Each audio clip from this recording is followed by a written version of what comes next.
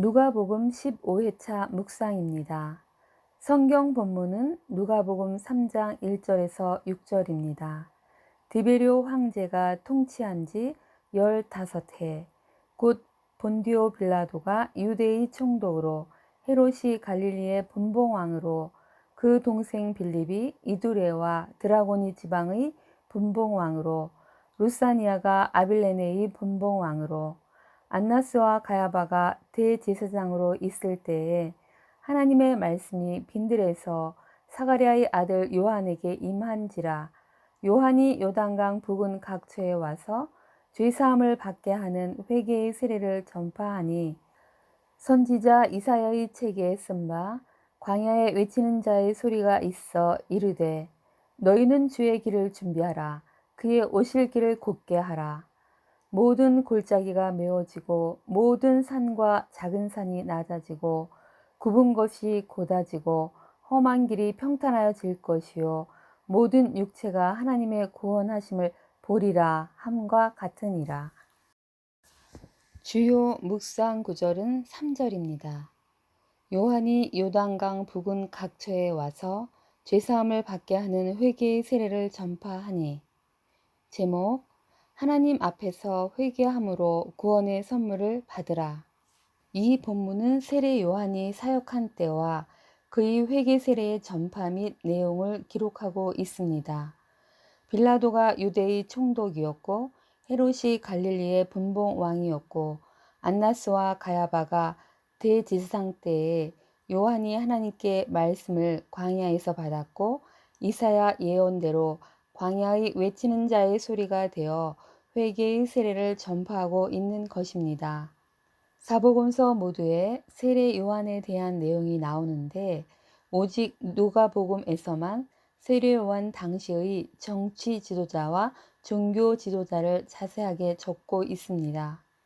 이는 누가가 요한의 활동이 역사적인 사실임과 함께 당시 정치 지도자나 종교 지도자에 대하여 더욱 회개를 촉구하는 일면이 있다는 생각이 듭니다. 회개의 세례 전파 내용은 하나님께서 이사야 선지자를 통하여 바벨론 포로 생활을 하던 유다 사람들에게 노역의 때가 끝났고 그 죄악이 사함을 받았느니라. 그의 모든 죄로 말미암아 여호와의 손에서 벌을 배나 받았느니라 라며 위로로 주신 말씀 중에 포함된 내용입니다. 이사야는 유다의 바벨론 포로 생활이 거의 끝났음을 말하며 너희는 장애물을 치우고 길을 예비하여 여호와의 영광을 보라 라고 말하고 있는 것입니다. 구약의 이 이사야의 예언의 말씀이 세례자 요한을 통하여 선포되었습니다. 특히 할 것은 구약에서는 너희가 죄로 인한 벌을 이미 받아서 이제 주님께서 그 기한이 끝났다며 희망의 말씀으로 선포되고 있는데 반하여 요한은 이 말씀과 함께 죄의 회개를 선포하고 있습니다. 예수님이 오셔서 구원이 임박했으니 죄와 용서를 위한 요한의 회개의 세례를 받고 예수님의 복음을 받아들여 구원을 받으라는 것입니다. 회개를 하는 것은 마치 산을 깎아서 평지를 만들고 그 깎은 모래로 골짜기를 메움으로 말미암아 이전에 없던 넓은 평지를 만드는 것과 같은 것입니다. 그 넓고 평평한 평지에서는 산이나 골짜기에서는 할 수 없는 많은 것을 할 수 있습니다. 회개로 넓고 평평한 평지를 만드시길 축복합니다. 세례 요한은 광야에 머물렀습니다. 그 광야에 있는 요한에게 하나님의 말씀이 임했습니다. 광야에 있었던 요한이 하나님의 말씀을 만나 많은 사람을 주께 돌아오게 하는 사명을 감당하게 됩니다. 광야는 머물기 어렵고 싫은 곳이지만 주님을 만나면 많은 큰 일을 할 수 있는 시작점이 됩니다. 모세도 세례 요한도 예수님도 광야를 거치셨습니다.